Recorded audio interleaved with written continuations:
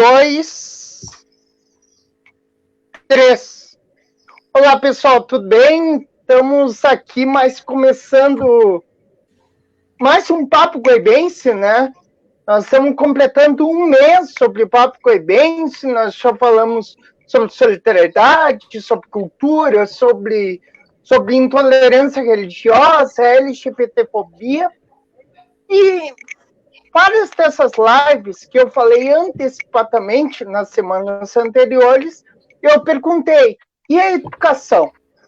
Né? Como tratar esses assuntos dentro da educação? E hoje a educação está passando por um momento difícil, muito difícil, que nem os outros setores do Brasil. Então, hoje eu trouxe 3 convidadas para debater os novos desafios da educação.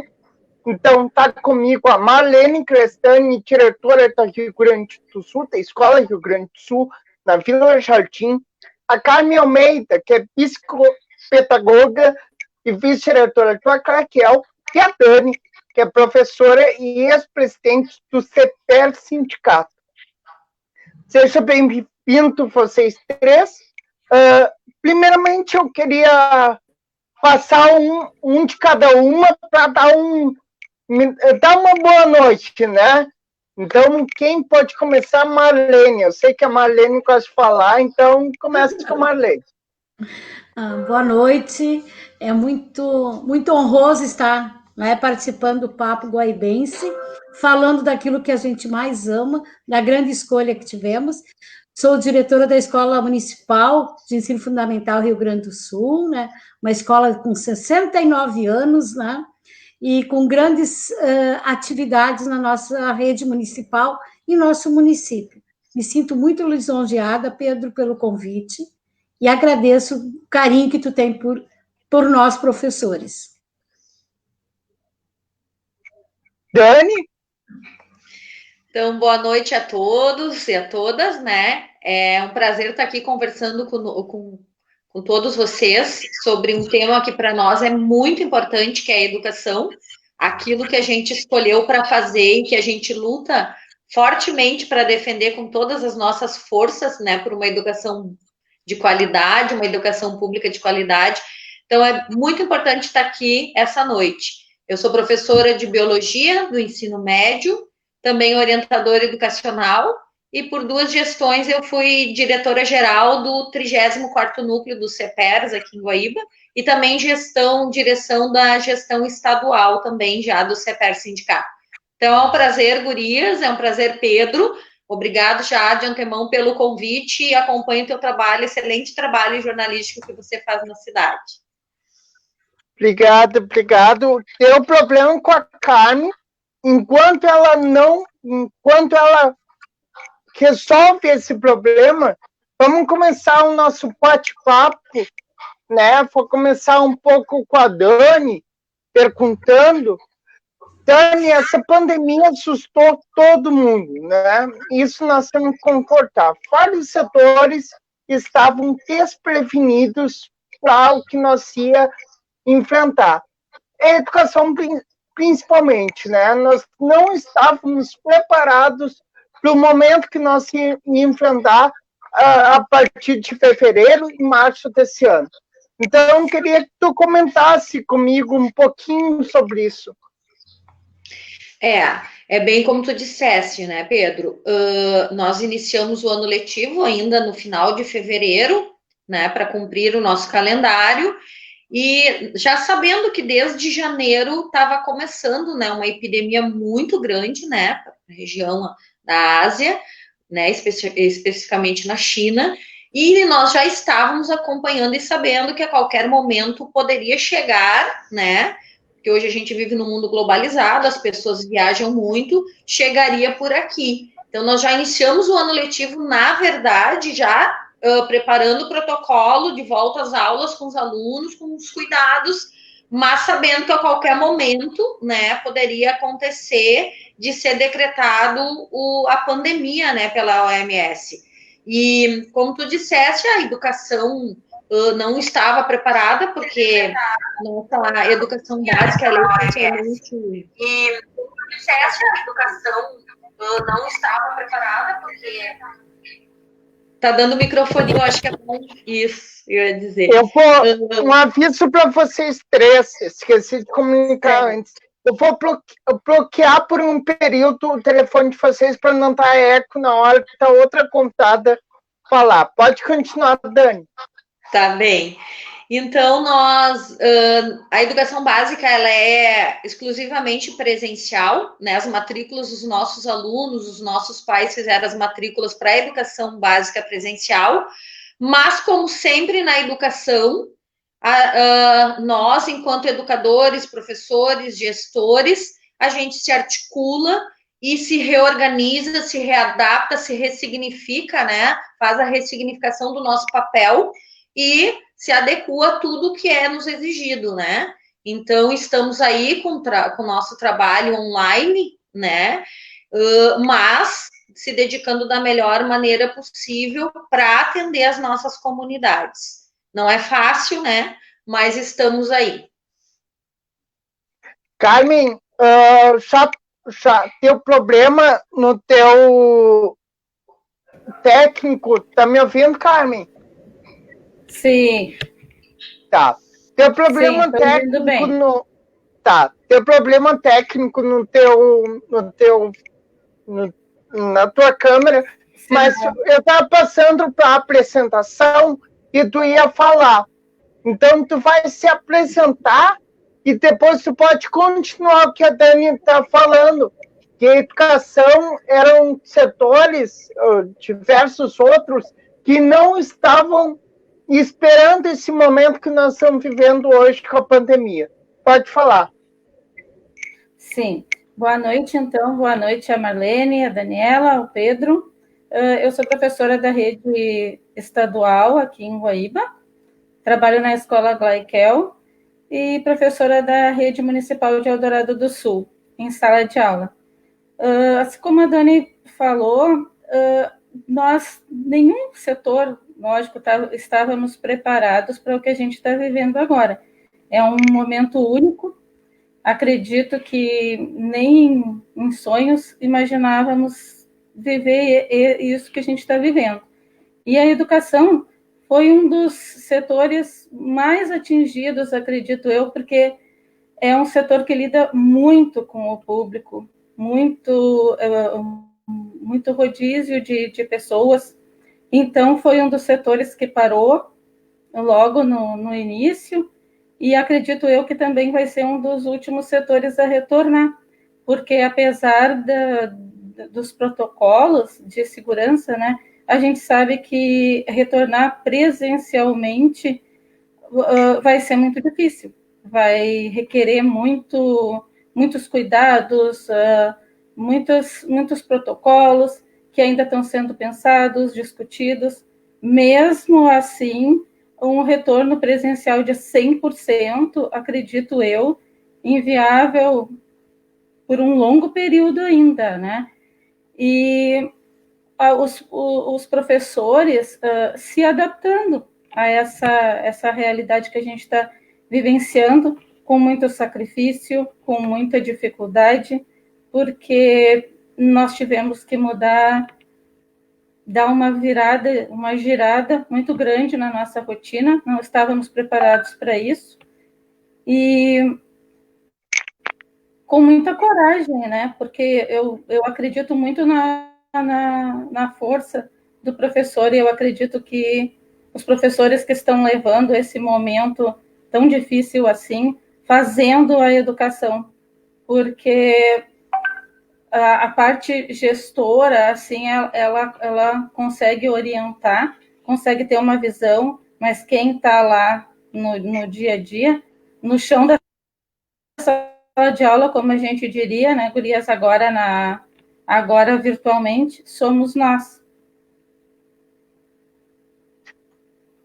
Marlene, quer complementar? Quanto ao que as meninas falaram, é bem isso mesmo. Ninguém estava preparado, foi um susto, né? Levamos um grande susto, porque acreditávamos que em 2 semanas retornaríamos. O cartaz que foi colocado na escola, a gente volta, né? Rápido, era o que a gente dizia para os pais. E esse rápido, nós estamos partindo para 4 meses. Acredito muito que esse susto nos trouxe também grandes surpresas para salientar mais e para afirmar que nós, educadores, somos a grande base da sociedade do mundo, né? Independe do estado, do local, do país em que vivemos. Esse medo fez nós, muitas vezes, superarmos aquilo que nós nem imaginávamos que seríamos capazes. E acredito que os pais também, essa família. E quando diz a pandemia assustou todo mundo, realmente. E nós, mais do que nunca, porque nós trabalhamos diretamente com o humano. Não só o humano criança, mas o humano pai, o humano vô, vó, tio, o nosso humano, nós professores. Né? Hoje somos gestores, muitas vezes, mas lá na sala de aula, mesmo hoje trabalhando, encontrando alguns pais, né, em alguns momentos da semana, você percebe o quanto a grande maioria admira o nosso serviço. Isso eu posso até dizer, muitas vezes a gente reclama de alguns pais, mas a certeza é que eles admiram. E eles dizem, vocês se assustaram também, né? Porque a gente é tido como os sabedores de muitas vezes, mas nem de tudo, né? E eu acredito muito nisso. Nesse trabalhar com o humano é complicado, é mais difícil que o computador, porque tu vai ter que, muitas vezes nós sentimos a falta dele, né? Aquele toque de estar. Hoje eu comentei com uma pessoa, não muito tempo atrás, hoje, eu disse, a gente dizia assim, que bom que sexta-feira está chegando, mas a gente sabia que na segunda nós estaríamos na escola novamente. E hoje a sexta chega, e segunda nós não estamos lá com nossas crianças, nossos adolescentes e nossos adultos, né? Porque nós trabalhamos também com as pessoas de 50, 60 anos na escola. E a minha fala é bem essa, assim, ó, parece que a gente levou o susto, nós estamos aqui, nós estamos nos reinventando, e é um grande desafio. E vai, como a Carmen disse, não sabemos por quanto tempo ainda. Marlene, tu falando do desafio, né? Eu queria aportar um tema que até a Carmen, que é a nossa colunista do Repórter Guaibense de Educação, para quem não sabe, é sobre a tecnologia, que também pegou desprevenido, que hoje os maiores desafios hoje é adaptar a educação dentro da tecnologia, né? Saiu uma reportagem do site Gaúcha CH, da Rádio Gaúcha e do Jornal Zero Hora, que após 45 dias de pandemia, cerca de 30% dos alunos da rede estadual estão sem internet, estão sem acesso à educação tecnologicamente. Então, eu queria que tu falasse um pouco isso, e as gurias também, depois de falar um pouco dessa inovação tecnológica dentro da nossa educação, como nós adaptamos para essa nova realidade. Pode continuar, Marlene. Quando eu falava assim da tecnologia, dessa vivência, hoje mesmo as meninas, né, que eu digo as meninas e meninos da escola, da rede municipal com quem eu convivo diariamente, né, a gente buscando de uma forma para atingir nossas crianças, né, e nós, professores, aprender. A mesma aqui, ó, para entrar nisso aqui, eu fiquei 2 dias com o coração, porque eu gosto de um microfone, mas é quando eu estou enxergando as pessoas, dou meus pitinhos lá na escola, com o microfone e tudo mais, é diferente, mas sempre eu tenho alguém para fazer para mim ali, ó, instala a caixa, coloca o microfone, e agora estava eu sozinha aqui. E vocês aí, eu disse, Pedro, e agora o que eu faço? Assim também as nossas crianças e nossos professores. E coloco aqui, que na rede municipal hoje, né, estamos tentando caminhar e buscando alternativas para atingir literalmente nossas crianças. Né? Nós temos a nossa promotora, né, da infância, que trabalha conosco, a doutora Ana, se eu não me engano, e o Ministério Público ali, e o Condica, estão buscando alternativas para que nosso município seja atingido, nossas crianças, de uma forma assim que todos tenham acesso a isso. Claro, não vão ter o celular ideal, não, mas vamos tentar buscar. Eu acredito muito nisso, que nós buscando essas alternativas, nós consigamos dar um up a mais em certos momentos que nós estamos vivendo. Muitos já melhoraram, muitos momentos. É complicado, nós temos que aprender. E esse aprender é todo dia, é nos dispormos a aprender.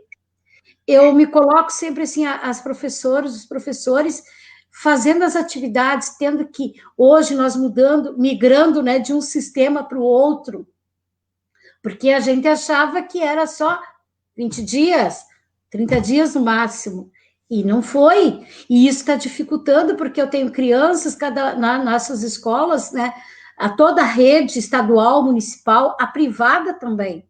Nós temos que buscar mais longe as nossas crianças. Muitas estão fora do município hoje, porque os pais estão trabalhando, as crianças tiveram que ir para outro local. E quando eu falo nessa situação, desse desafio da tecnologia, é bem complicado, porque nós não estávamos preparados totalmente, está se buscando isso há muitos e muitos anos, se ter o computador, que todos os professores tivessem o seu tablet, que bom seria o seu computador, mas nem todos nós temos, nem todas as nossas crianças têm um celular que tenha definições boas para né, alcançar as aulas. Né? E na formação que está acontecendo agora, do sistema que se faz, que as escolas municipais, no caso, né, estão fazendo, de poder ir para um outro sistema, sair do WhatsApp, sair do Face, sair do Classroom e migrar para o EducaWeb, é uma forma de que a gente está tentando, assim, ó, não desistir nunca do que nós temos. Depende de quem comanda a política nacional, de quem comanda a política estadual, municipal.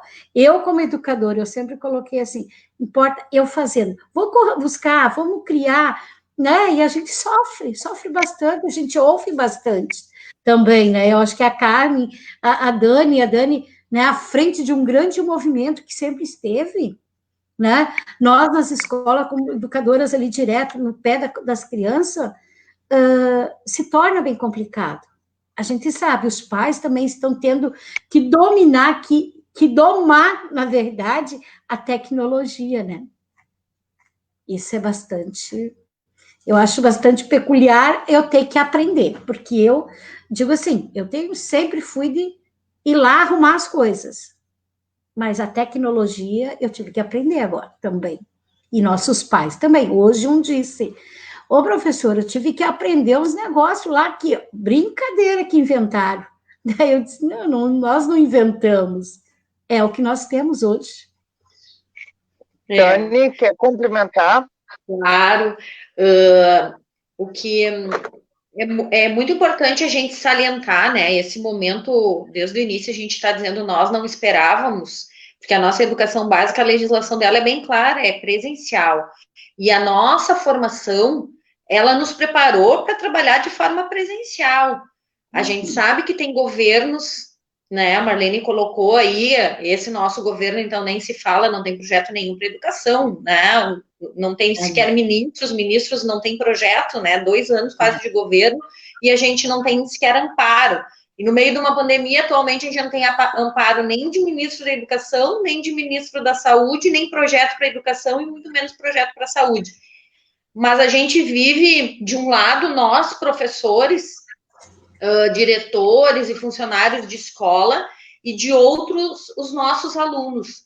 E a gente vive um momento muito complicado, principalmente na rede estadual, que a gente vem de uma situação lamentável, assim, 6 anos de desvalorização, de falta de pagamento de salário em dia, de retirada de pequenas vantagenzinhas que nós tínhamos no nosso salário, e muitos de nós, Pedro, o que a Marlene coloca é muito real.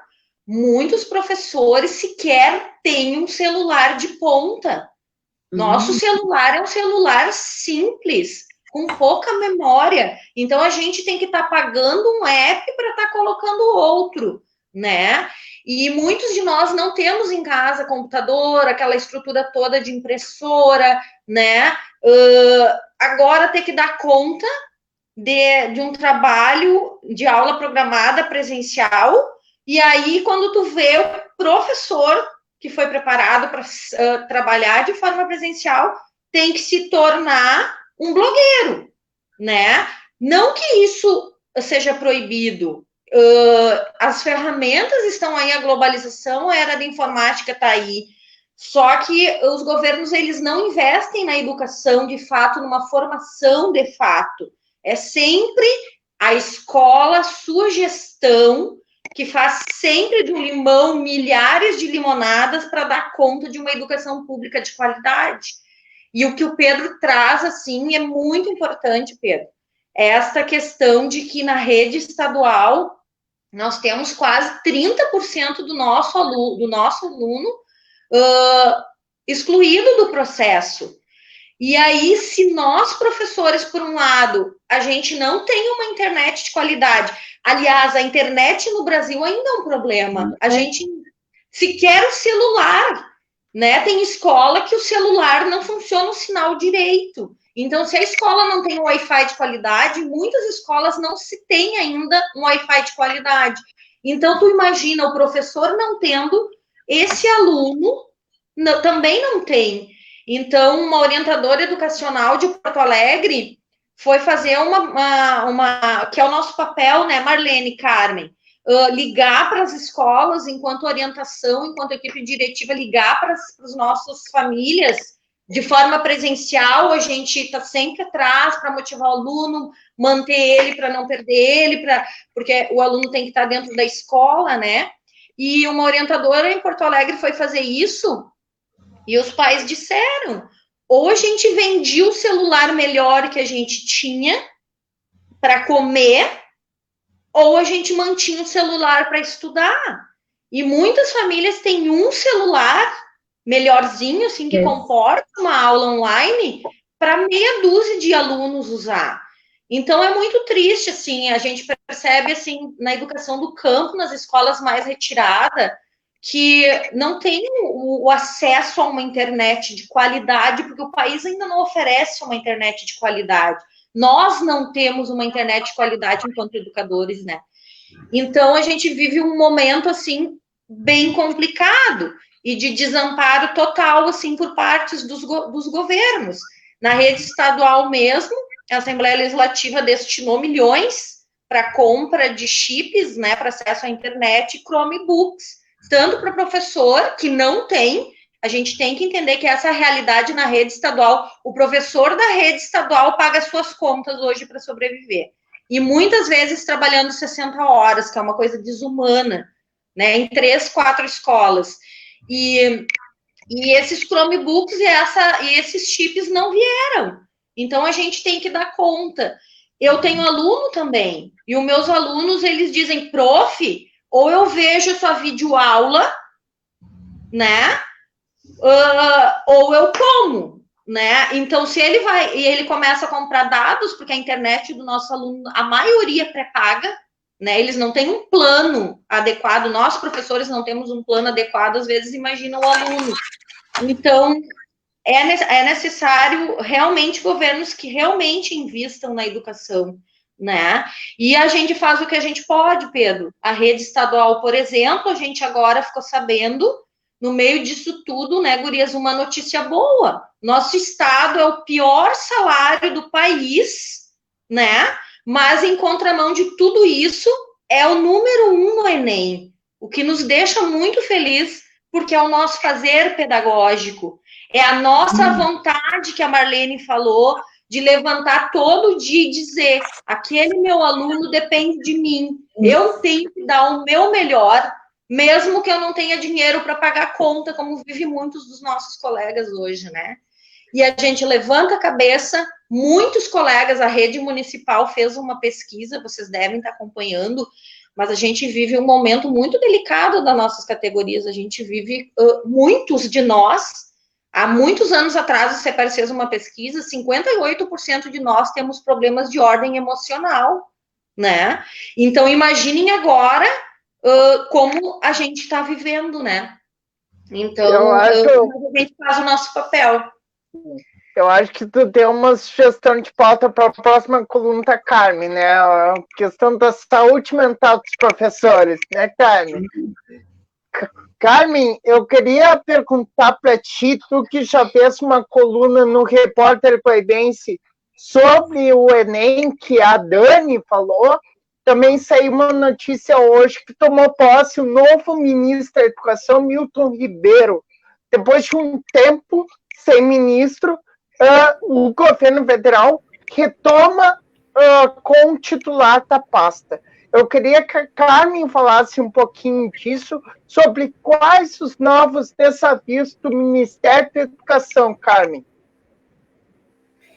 Hoje tomou posse o nosso quarto ministro, né?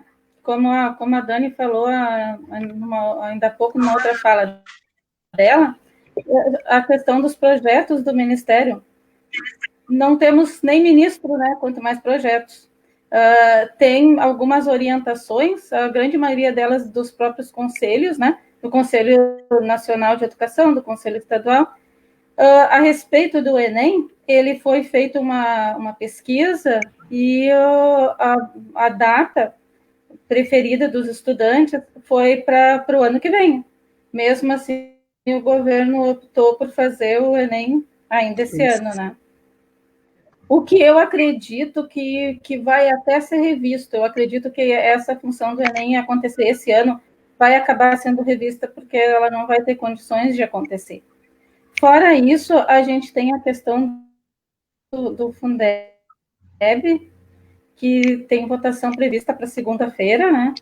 E que é uma questão muito importante, assim, de articulação do governo, que eu não vejo. E que a gente precisa que esse novo Fundeb seja aprovado, porque o atual tem prazo de validade. Entre outros desafios, né? O que eu penso assim, ó, que a educação ela já tem uma desigualdade histórica, né? Dentro das regiões do país, dentro das redes de ensino. E a pandemia ela escancarou isso assim de uma maneira incrível, porque os alunos da rede privada eles já tinham acesso a tecnologias, eles já utilizavam plataformas para complementar o ensino deles, e a rede pública não. Então, os nossos alunos das redes municipais, da rede estadual, da rede pública em si, eles foram jogados numa plataforma que os professores têm dificuldade de usar. Imagina os alunos.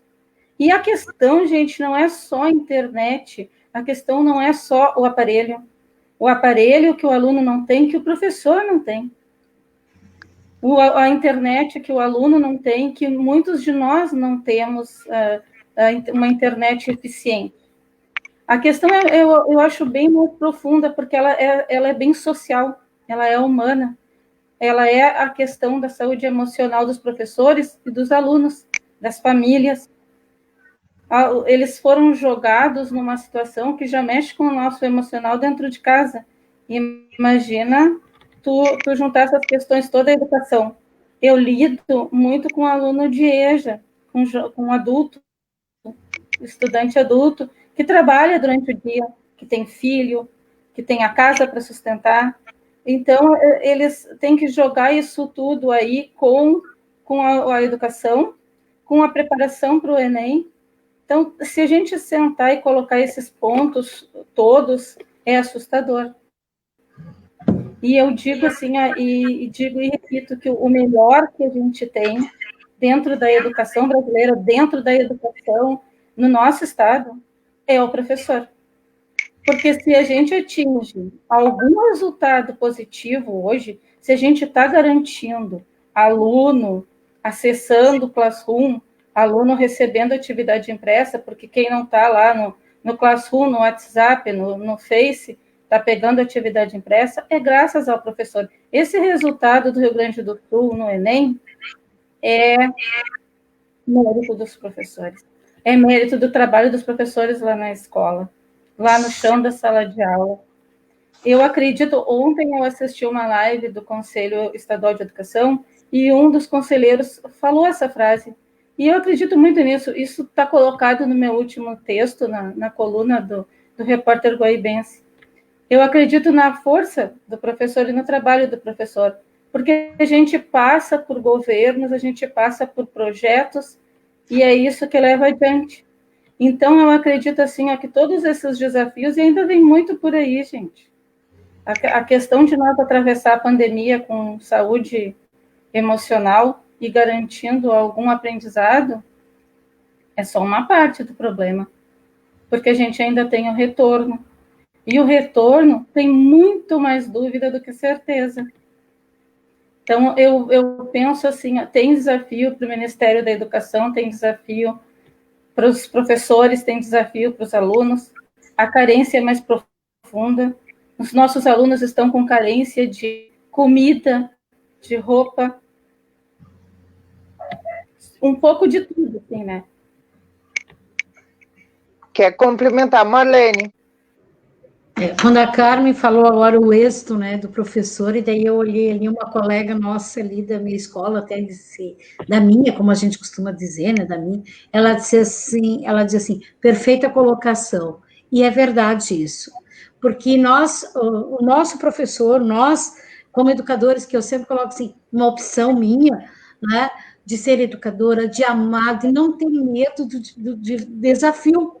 Nós não temos medo de desafio. Nós podemos até, às vezes, ter problemas lá em casa, mas se for para abraçar o problema da escola, nós abraçamos muito mais do que, às vezes, de casa. Porque cada um de nós, como a Carmen colocou ali, nossos alunos não têm, né, a Dani também, não tem as situações, mas enquanto nós passamos também para eles, para essas crianças, para esses jovens e os adultos, o quão importante eles são para nós, e que nós não desistimos deles. Isso é, para mim, Pedro e Dani, Carmen, toda a rede, todos que estão ouvindo, é você realmente ter o humano presente em você e no outro, nesses desafios que eles nos dão, de uma educação que eu estou há 36 anos trabalhando. Eu comecei muito cedo da aula, né, lá no estado de Santa Catarina, e eu fui acolhida no estado do Rio Grande do Sul, na cidade de Guaíba, e sempre eu coloquei assim, ó, que bom eu gostar disso, eu tenho que gostar. Por isso que nós não desistimos, e por isso que esse êxito, essa força nossa, é porque nós gostamos. A Dani eu conheci menininha na frente da minha casa. Hoje, quando eu vi a Dani presidente, né, do sindicato, do CEPERGS aqui, eu disse, mas essa menina eu conheço. Quer dizer, é um orgulho de eu ver ela aqui na frente da minha casa. Conheci a irmã dela mais velha, a Suzy, e de repente a Dani, né, um grande expoente. Porque toda vez que você trabalha, que você busca os teus direitos, que tu busca as qualidades para a educação, é importante. Daí a gente diz, eu sou, porque nós tivemos também exemplos bons no passado, para que hoje a gente trabalhe e busque. Por exemplo, a Carmen trabalha numa escola tamanho do Aglaé, escola enorme, né? São escolas grandes, né? O Rio Grande do Sul, hoje nós temos 780 alunos. Né? São desafios para você estar presente com esse povo. Então, eu coloco sempre assim, ó, que as desigualdades, elas estão aí, mas nós vamos vencer esses ministros, esses governos, aquilo que não é nos dado, mas também vamos acolher aquilo que nos é dado. Eu sempre tenho dito isso.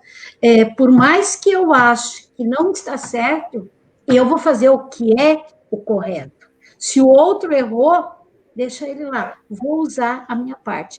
Eu estou muito nessa parte, assim, porque o meu professor, o meu funcionário, né, porque tem os funcionários, eles têm que estar bem da cabeça, como eu tenho que estar bem, para poder cobrar, para poder ver, para os pais poderem vir dizer, e eu não sei, eles dizerem alguma coisa, eu, né, ser intolerante ou mal educado, vamos dizer assim, usar expressões bem que a gente fala, né?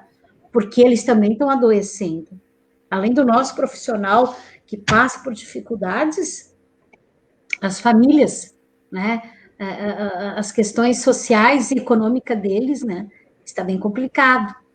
E isso nós, como educadoras, temos que pensar assim, aquela criança que não faz nada, não é porque ele não quer só, é que também ele tem uma família lá atrás que, de repente, não está conseguindo ser aquilo que a gente mais desejou. E a gente olha, e uma pessoa sempre me disse assim, nós temos que sempre pensar naquele que não tem condições, porque aquele que tem, ele vai buscar lá, ele vai aprender, né? E nós, essas desigualdades, esse momento dos governos, né, do ministro novo que está chegando, sabe Deus o que vai, né, nos oferecer, a gente fica nas dúvidas, eu acredito muito nisso, pessoal. Quer cumprimentar alguém? É importante isso que a Marlene traz, que a Karen também traz, essa nossa relação que a gente constrói com o nosso aluno, né? E essa dedicação que nós temos diariamente, arduamente. Eu costumo dizer para os meus alunos assim, a gente tem problema, tem como todos vocês, porque o nosso aluno da escola pública, ali no Aglai, ali no Rio Grande do Sul, não são escolas tão junto da periferia, mas pega uma boa parte também da periferia, né, gurias? São regiões ali que pega uma parte de comunidade que não passa fome, mas nós pegamos uma parte da comunidade que tem sérios problemas para sobreviver, para ter o mínimo de dignidade que é a moradia e a alimentação.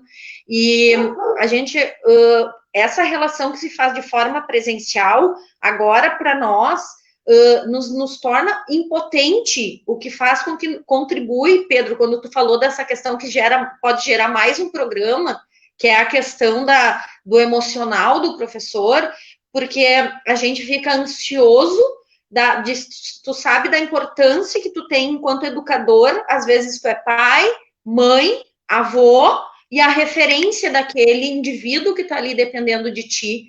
Então, hoje a gente não é só apenas aquele que ensina, que reproduz o conteúdo. Esse tempo passou.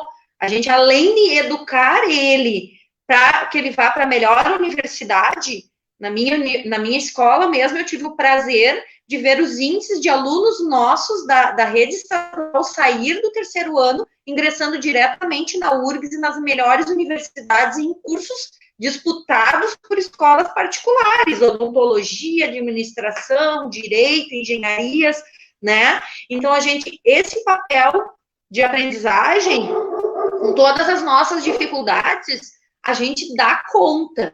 Mas a gente, além de tudo isso, a gente tem que ter um preparo emocional, porque tu tem que dar conta de muitas outras situações. Como orientadora, a gente sofre com eles, porque eles vêm até nós buscar apoio de diversas situações, porque eles não têm mais a família estruturada dentro de casa. Essa família, ela precisa sobreviver, não tem emprego, tem que buscar emprego.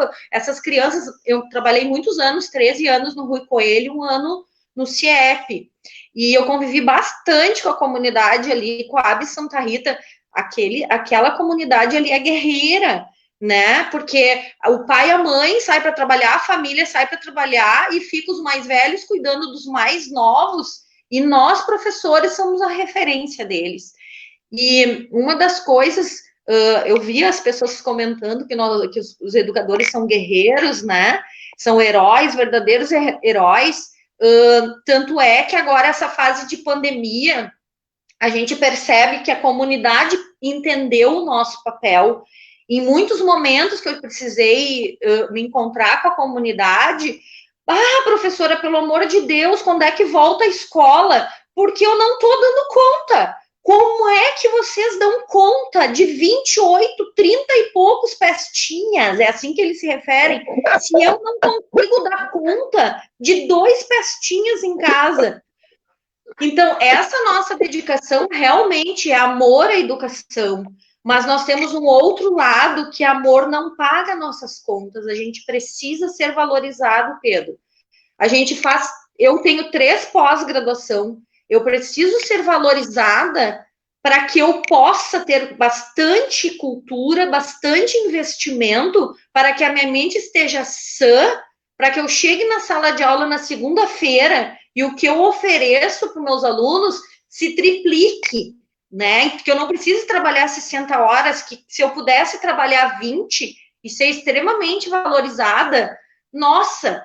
E o que eu vejo hoje são as nossas direções de escola, que nem as gurias estavam colocando a história do celular, não é só o celular, então, mas a escola se desdobra em festas, em rifas, em tudo que elas podem, os amigos da escola, para nos auxiliar, para que a escola pública funcione. Talvez o município não sofra tanto, né, Marlene, quanto a falta de investimento, como na escola estadual. Eu acho que a gente vem sofrendo 2 governos, né?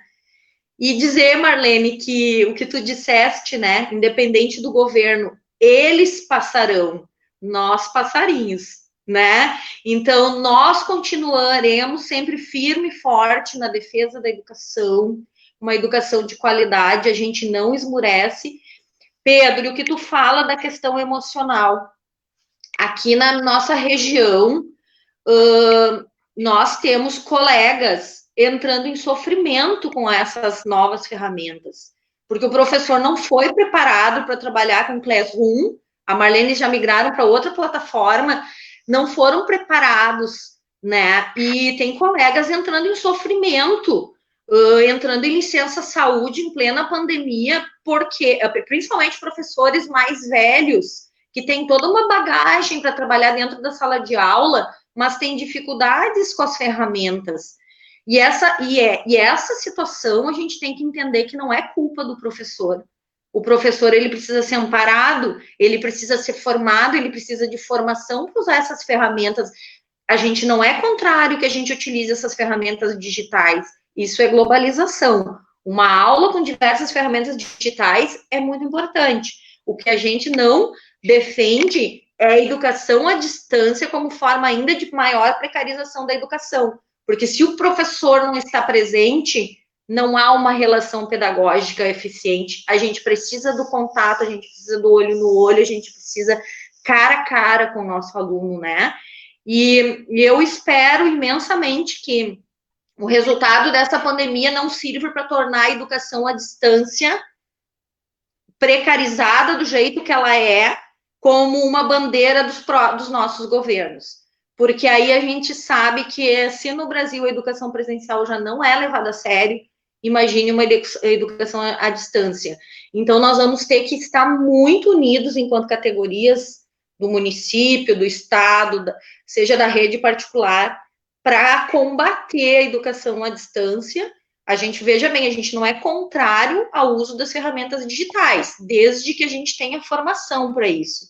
Mas a gente não pode ser favorável a uma educação à distância, porque ela é a precarização total da relação entre professor e aluno, escola e aluno, e também a precarização, porque é na lógica do mercado, dos governos que estão aí, fazer mais com menos mão de obra paga, mais com menos para investir menos em educação. Eu estava pensando aqui da minha família, né? Eu tenho minha mãe, que é professora, que é da educação, que é aluna, que é professora da Marlene, lá do Rio Grande do Sul, né? Eu tenho minha avó, que foi diretora da Marlene, Jussara Pacheco. Olha, Jussara, conheço! Sim, ela é minha avó. Conheço também a Marcinha. É. E tem a Marília também, que é minha tia, que também é escola de educação infantil, né? Então, eu que não fui para educação, né? Eu fui para o jornalismo, né? Então, eu até tinha interesse de fazer alguma graduação, mas logo a mais, não agora, tá? Uma pergunta que eu quero que vocês respondam é: como vai ser a volta às aulas? Nós não sabemos quando isso vai acontecer, mas como vai ser essa volta às aulas? E outra questão que eu fiquei em dúvida: esse ano será válido? Os alunos vão ser aprovados nessas escolas? Quem pode responder isso? Ô Pedro, a resposta é uma resposta certa, exata, nenhuma de nós tem, né, gurias? A gente tem, assim, diversos dados. O Conselho Nacional de Educação, o Conselho Estadual de Educação, o próprio governo do estado, eles estão criando pareceres, protocolos referente ao retorno. A gente tem, assim, algumas sinalizações, mas exatamente quando e como vai acontecer, essa resposta eu acredito que nem o governo tenha. Bom, a questão, assim, de um retorno, como eu falei antes, eu acredito que o nosso maior desafio não é o que está acontecendo agora. Os nossos maiores desafios virão no retorno. Já temos ideia, assim, pelos pareceres que têm sido apresentados, pelas lives que têm sido de algumas ONGs também, como Todos pela Educação, a gente tem uma prévia, assim, né, vai haver um distanciamento, tem que haver um distanciamento entre os alunos, protocolos de saúde, o ensino será híbrido, questões assim. Mas essas questões mais, digamos assim, estruturais. Mas eu acho que a grande preocupação da gente enquanto educador, acredito que a Marlene e a Dani vão concordar comigo, é a questão do tornarmos, tem que ser feito uma avaliação diagnóstica do que houve de aprendizado nesse tempo e, em cima disso, partir para um plano de ação. Tem um plano de ação para a pandemia, vai ter um plano de ação complementar para esse retorno.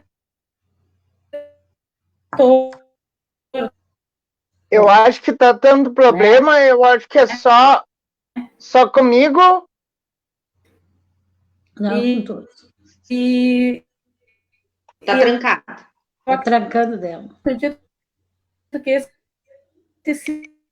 Carmen, tá trancando o teu fone. Vamos passar para a Marlene. A Marlene complementa e quando for tua vez, tu fala. Quando melhorar, quer dizer, tu fala. Marlene, pode complementar? Nós vamos pegar... Eu acho que tu vai ter que dar um mute. Ela saiu. Tá. Quanto a essa pergunta que tu falou do retorno, é bastante preocupante, que nem imaginamos, e eu peguei ali as palavras que a Carmen colocou, que são as questões estruturais, né? Essas são mais práticas até para você organizar, né? O distanciamento, a questão da saúde, nós termos um protocolo de como agir, de como não agir. A questão vai ser também o emocional dessas famílias que vão acreditar realmente se essas estruturas estão sendo realizadas de uma forma que garanta a vida de seus filhos? Essa é uma pergunta que eu me faço, né? Como mãe, como eu vou, né, confiar na estrutura da escola, do setor aonde eu vou estar, né? Mesmo que nós estamos caminhando, quando eu falo em questão, né, do que eu estou vivendo, né, de nós podermos ter acesso a determinadas questões estruturais para, se fôssemos receber as crianças hoje. E onde eu escutei um webinário Maria Helena, né, do Conselho Nacional, e ela colocava isso, que ela também já imagina como nós voltaremos e quando voltaremos.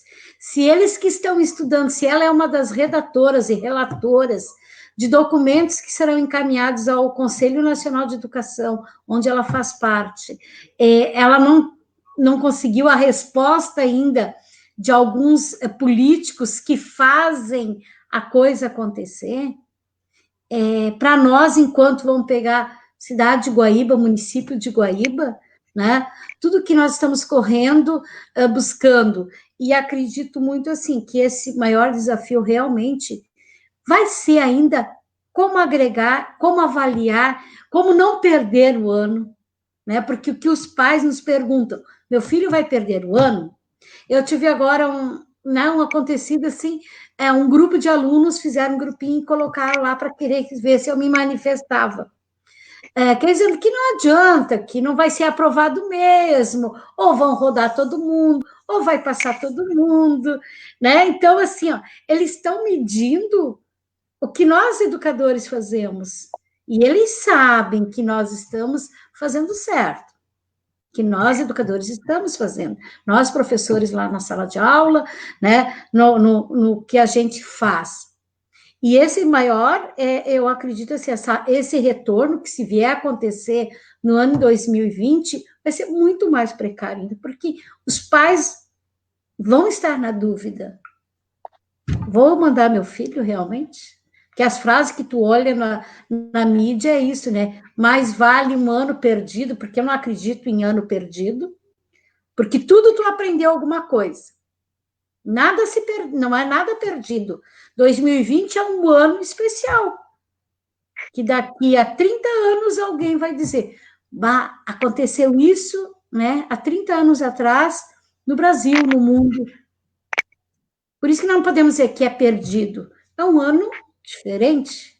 Algo que nós não esperávamos, ou até do jeito que a sociedade caminha, da ganância, do poder, do ter, de eu ser o melhor. Quem sabe não foi aí o caminho que nos colocaram. Vocês vão cruzar esse caminho, vão ter que trilhar esse caminho, a sociedade no geral, para poder aprender também a ser mais humanos. E um colega que colocava ali a questão, nós temos que ter mais educadores presentes nas decisões políticas do Brasil. E nós não confiamos em nós mesmos. Não é verdade? Eu tenho muito disso, assim, às vezes eu não confio no meu próprio colega. Por quê? Porque é um desafio você também acreditar que a Dani é tão importante quanto eu na escola, que a Carmen lá no Aglai faz tanto quanto. A questão é educação, é qualidade e é o ser humano ali presente. Por isso que eu acredito assim, ó, eu não sei se nós voltaremos, mas acredito que tudo que está se fazendo não é nada perdido. Isso é uma palavra que não tem no meu vocabulário, um ano perdido. Isso não tem.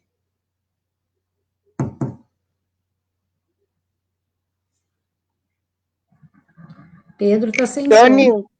Dani, quer complementar? As gurias, na verdade, elas colocaram bem. O que nós temos são pareceres do Conselho Estadual e Nacional de Educação, né? O ministro da Educação nós estávamos até então, né? E isso muito nos preocupa, esse novo ministro, com que papel ele vem, né? Porque já os primeiros pronunciamentos já não foi muito... Nós não nos sentimos muito... Tá ouvindo? Nós não nos sentimos muito contemplados pelo anúncio dele e a forma como ele vai trabalhar, mas, enfim, a gente quer acreditar que a educação ande, que as pessoas entendam que a educação é importante e precisa ter projeto para que as coisas aconteçam. Sobre o retorno, a gente não tem como prever, porque a educação é uma das últimas atividades a voltar à sua normalidade, porque a gente só tem a segurança para que a gente retorne com a vacina.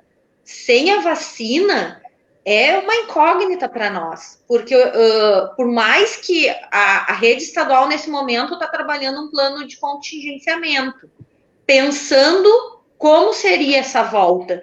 E aí a gente olha para dentro da nossa escola estadual, faltam funcionários, faltam monitores, falta investimento para ter o mínimo dentro da escola, que são folha de ofício, né, material que a gente precise para uma aula de melhor qualidade, né? E aí a escola vai ter que dar conta, eu estava dando uma analisada nesse plano de contingenciamento, o que acaba acontecendo é aquele recurso humano carente que tu tem, que vai ter que dar conta de todos os protocolos, desde aferir a febre quando o aluno chega, só que a gente já sabe que já se fala desde ontem que a febre ela pode ser mascarada, principalmente em crianças e adolescentes. O Covid, ele mascara a febre, ele pode estar com a doença e não estar com febre, né?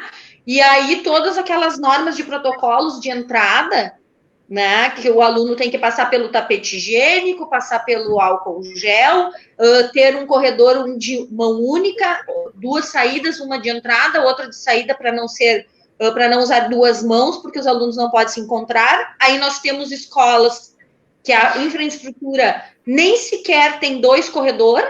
Se tiver que usar uma entrada e uma saída, os alunos vão ter que passar pela chuva, porque não é nem coberto o pátio para dar conta de uma entrada e uma saída por outro lugar. E aí aquela questão, ele entra, ele coloca um protetor nos calçados, mas como a escola pública provavelmente não vai ter verba para botar um protetor nos calçados, ele vai ter que vir com o calçado, deixar o calçado na porta, colocar outro calçado para entrar dentro da escola. Só que aí tu tem que ter o recreio, tu tem que ter a ida ao banheiro, porque são crianças e adolescentes, né? Principalmente os pequenos, a educação infantil, que preocupa muito, porque como é que tu vai controlar isso? Eles têm que se manter dentro daquele espaço de 1,5 metro dentro da sala de aula e 2 metros dentro do refeitório, por causa que no refeitório eles teoricamente tirariam a máscara. Só que aí a gente tem a problemática dos aerossóis, que a gente já sabe que a transmissão não é mais só pelo espirro. Os aerossóis, no momento que tu tira a máscara, que tu, né, eles ficam no ar.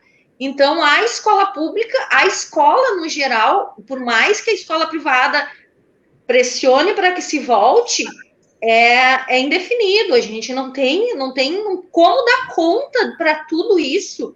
Enquanto uma turma vai para a merenda, a outra sai, eu fico imaginando a escola que tem um monitor, sendo que na rede estadual nós não temos escolas sequer que tem monitor, né? E aí aí tu tem que estar higienizando essas salas o tempo inteiro, né?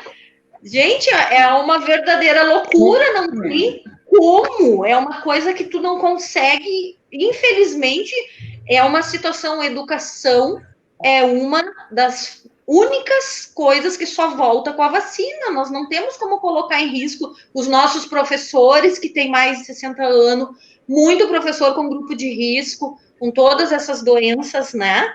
Então, funcionários de escola também. Então, nós não temos como colocar em risco o nosso educador, o nosso professor, a nossa direção de escola. A nossa direção de escola, a gente tem que estar sempre chamando atenção, né? Eu noto o sindicato, o 34º núcleo, seguido fazendo nota para segurar as direções, porque elas ficam ansiosas, elas querem dar conta de entregar atividade programada, de atender aluno, fazer senha, fazer e-mail, e elas estão se colocando em risco, porque são 3 colegas já contaminadas, né? Coordenadores... Olha a cara da Marlene ali, ó. Né? Então, aí eu noto ali o núcleo, o 34º núcleo, sempre desesperado para tentar segurar as nossas diretoras, porque na bandeira vermelha elas querem abrir escola. E elas estão se colocando em risco. E nós somos só um número. Quem é que vai responder agora? A gente teve um projeto de lei que foi aprovado para indenizar as mortes na área da saúde. E nós, na educação, se nós morrer, quem é que vai nos indenizar? Se nós, né? Então, tem que ter muito cuidado, eu concordo com as gurias, não tem como voltar sem a segurança da vacina, né? Eu sei que se debater a questão pedagógica é delicada, mas eu também vou concordar com as gurias. Sempre se tem aprendizagem, sempre se evolui, seja aprendendo a usar as ferramentas, sendo a maior lição, eu acho, dessa pandemia, que eu acho que a gente vai ficar, é os pais ter que voltar a sentar com seus filhos e fazer as tarefas. É voltar a entender o papel da família, né? Também teve uma questão do governo federal que disse que seria válido a educação domiciliar. Também teve essa questão do governo federal de uma educação domiciliar. Carmen, vou passar para ti, tu estava falando o teu problema, então eu vou passar para ti enquanto entrando um pouco na reta final da nossa live. Isso. A gente tem a instabilidade do sinal de internet aqui, para vocês verem, né, que às vezes não é só a questão de aparelhagem, mesmo quem tem o Wi-Fi, uma internet rápida, né, sofre com esses problemas também. Mas assim, Pedro, que tu estava falando da questão da educação domiciliar, né, sabe que aqui no Rio Grande do Sul a gente tem um projeto de lei do Fábio Osterman, se não me engano, relativo a isso, que ele está meio engavetado por enquanto. É uma das preocupações dessa pandemia que isso seja utilizado depois para precarizar um pouco, né, para essa questão de educação domiciliar vir com força aí, ou para precarizar mais ainda a educação pública. É uma preocupação nossa. Com relação assim, ao retorno que a gente estava conversando, eu acredito sinceramente assim, que nós somos ansiosos por natureza. Acho que todo professor é meio ansioso por natureza, né? Seja ele gestor, seja ele professor de sala de aula. Nós temos essa ansiedade natural, mas eu acredito sinceramente que esses protocolos de retorno, essa forma de retorno toda que está colocada ali, de distanciamento, esses protocolos todos de medir febre, coisa, eu acredito que até o nosso retorno, nós ainda vamos ter muita coisa sobre isso aí, nós ainda vamos ter muita alteração, porque eu sinceramente acredito que vai demorar para esse nosso retorno. Então, eu acho assim que a questão é difícil para nós, mas a questão é segurar um pouco a ansiedade. E uma coisa também que já foi conversada diversas vezes, em diversas lives, a questão do retorno às famílias que têm filhos em grupo de risco, assim como os profissionais, os profissionais que estão em grupo de risco dificilmente vão voltar. E os alunos que estão em grupo de risco, as famílias vão ter a opção de levar ou não para a escola. Então, eu acredito que até lá, por tudo que a gente tem visto, assistido nesse tempo, eu acredito sinceramente que ainda vamos ter mudanças com relação a isso. Com relação aos protocolos de retorno, com relação à questão pedagógica também. Eu acho assim, que manter segurar um pouco a ansiedade, apesar de nós, como gestores, acredito que a Marlene também passe por isso, temos relatórios a entregar, temos que prestar contas de dados, mas, por enquanto, são relatórios, são dados, né? Não tem, assim, acho que a gente não tem que, por enquanto, fixar muito nessas questões mais técnicas de retorno, porque elas vão ter alteração, gente. Eu acredito que um retorno assim seguro, e acredito que também vai ser a orientação do governo, é só depois que a gente tiver vacina, algum tratamento assim neste sentido, porque é como a gente falou desde o início, nós lidamos com o aluno, com os professores, com os pais, com os avós, mesmo aquele aluno adolescente que vai para a escola sozinho já, ele chega em casa, ele tem o avô, a avó, o pai, a mãe, o tio, a tia. Ainda um tempo atrás eu li uma questão de que um aluno na escola, ele pode ser vetor de 37 a 40 pessoas ali no convívio diário dele, no básico. Então, vocês imaginem isso no dia a dia de escola. Com relação ao ano ser perdido, eu não acredito, como a Marlene falou, nunca é perdido. Sempre tem algum aprendizado, alguma maneira, alguma fórmula vai ser encontrada. Mas não acredito em ano perdido. E acho que ainda vamos ter operações aí nesses protocolos todos. Estamos aqui chegando ao final. Primeiramente, queria agradecer vocês por essa ótima live. Estou vendo comentários aqui, o pessoal elogiando as três profissionais, tá? por final, eu só queria comentar aqui, anunciar os patrocinadores do Repórter Guaibense, que sempre estão me apoiando, né? A Multilar, tudo para o celular, a JR Comércio de Aço, Aço é aqui, os postos Massoni, varejo de mobilidade e conveniência para necessidades, o Tá Com Fome Pet no Tieterifery, e o É Rápido, É Fácil, É Localnet. Então, eu queria, para a última parte, cada um falar uma dica cultural para o final de semana, né? Uma dica de leitura, já que estamos em quarentena, e também vocês dizer como sai um check-out dessa maravilhosa live. A Dani tá louca para falar, já vi aqui, ó.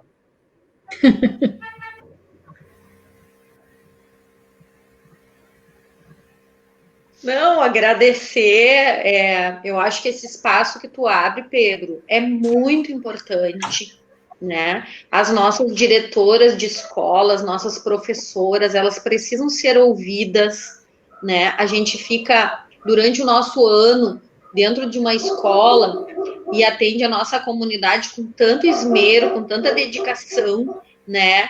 A gente passou por um período, tem passado por um período de muitos ataques à educação, né? Da questão do desgaste da imagem nossa enquanto professor, educador, quase que nos demonizando enquanto nossas práticas, como se a gente fosse de alguma forma doutrinadores, né? Então, verdadeiros fake news da nossa prática pedagógica, que na realidade a gente faz o máximo com o mínimo que a gente tem. A gente está sempre se ressignificando, sempre buscando, sempre indo além, estudando. Na rede estadual, por exemplo, 90% do nosso professor, ele tem, no mínimo, a graduação e mais uma ou duas especializações. Então, chega a ter 3, 4 especializações, muita gente com mestrado, com doutorado, né, sem a devida valorização. Então, é muito importante esse espaço, eu fico muito feliz de poder estar aqui com uma diretora da rede municipal, que é a Marlene, também uma colega nossa, vice-diretora da rede estadual, que é a Carmen, e contigo, né, Pedro, para que a gente pudesse ter esse espaço de debate.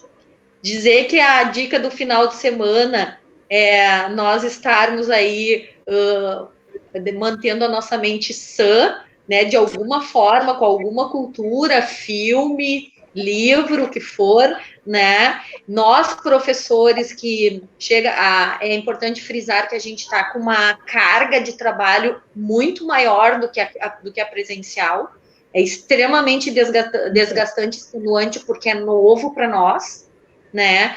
Então, praticamente a gente está trabalhando direto, inclusive atendendo o aluno no final de semana, atendendo o aluno, porque a gente não se nega a fazer esse trabalho.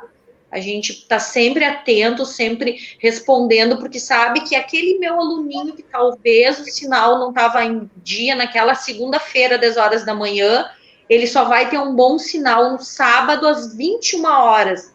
E aí ele vai dizer, prof, tal coisa. Tu não vai se negar. A gente vai lá e vai dar resposta para aquele aluno. Às vezes é domingo, às vezes é sexta-feira, 22 horas, né? Então, tu tá ali sempre à disposição do nosso aluno. Isso eu noto que é em toda a rede, tanto a estadual quanto a municipal, porque eu tenho muitos colegas na rede municipal, tanto de Eldorado quanto de Guaíba. A dedicação é extrema, assim. E que isso fique um saldo positivo, né? Com os pais agora tendo que reaprender e tendo que estar fazendo as tarefas em casa, de entender o que é o nosso dia a dia, né? Com aqueles 35, 40 alunos dentro de uma sala de aula todos os dias. Já agradeço de antemão, então, e foi muito legal estar presente aqui com vocês essa noite. Obrigado, Marlene. Pode continuar. Uma frase que eu estou guardando faz umas 2 semanas que eu escutei de uma educadora, ela disse assim, que nós não estamos no mesmo barco. Nós estamos cada um num barquinho, porém na mesma tempestade. Cada um de nós com as suas diferenças, nós estamos todos juntos, mas cada um agindo de uma forma, buscando um resultado, buscando isso. E quando ela disse na live que eu ouvi, eu guardei essa frase, marquei em vários lugares na minha agenda, meus cadernos, assim, ó. Nós não estamos no mesmo barco, mas sim na mesma tempestade. Cada um no seu barco, cada um vivendo nas nossas casas, com as nossas famílias. Nós, educadoras e educadores, nós temos os nossos filhos, nossos esposos, esposa, a mãe que depende de nós, o nosso cachorrinho, né, o nosso pet, e que a gente possa, assim, ó, buscar, não brigar conosco mesmo.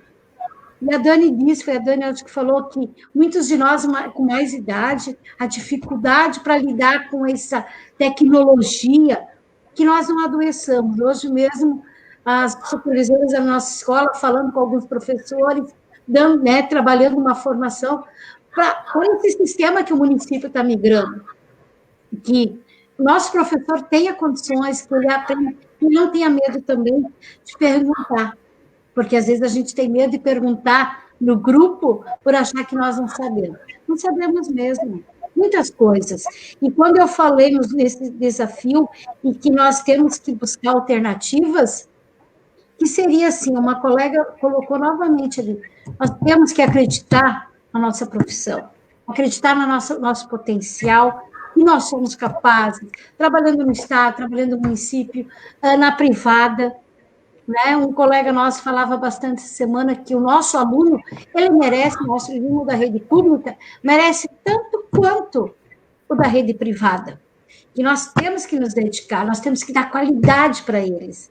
Isso é muito importante. E hoje, quando uma mãe esteve na escola buscando, porque a gente entrega, né, faz o plantão para entregar documentos a quem não tem acesso, elas vêm perguntar e uma disse, professora, a água chegou no meu joelho ontem, a semana passada.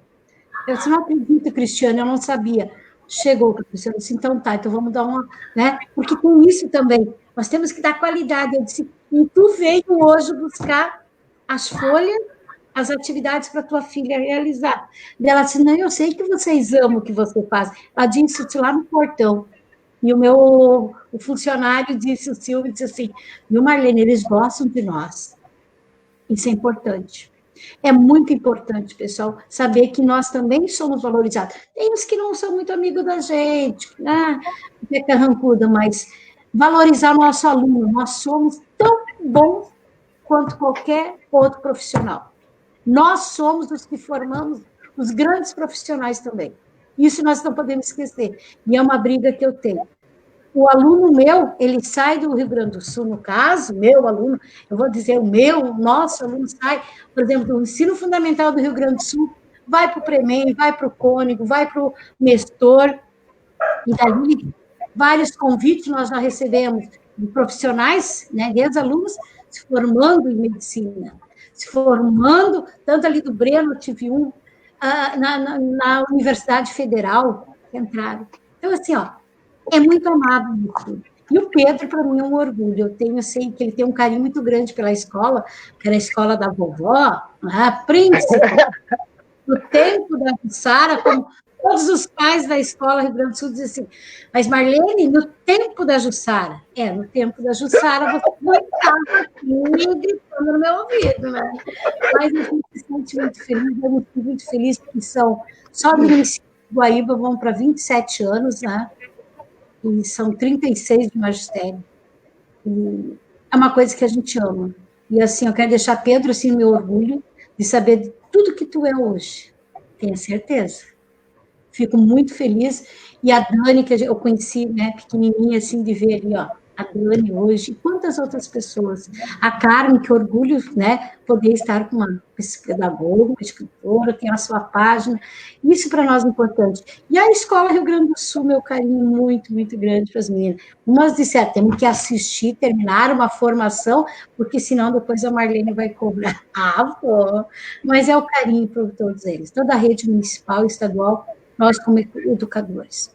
Sabe? Então, assim, ó, vamos no final de semana deixar o caderninho para o lado e escutar um som bem bom. Obrigado, Marlene. Carmen, para terminar.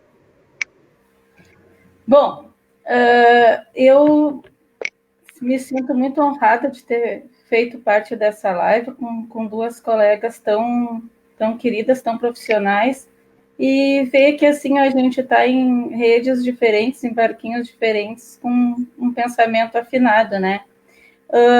Queria agradecer assim a presença de todo mundo que está nos assistindo, todos os colegas que estão nos assistindo, amigos, e um abração assim bem especial para as minhas escolas, que eu estou vendo vários colegas assistir aí. Um abração bem grande para os profissionais da Escola Glaikel, da Escola Laíde Guerra de Eldorado, que eu estou vendo que estão assistindo aí.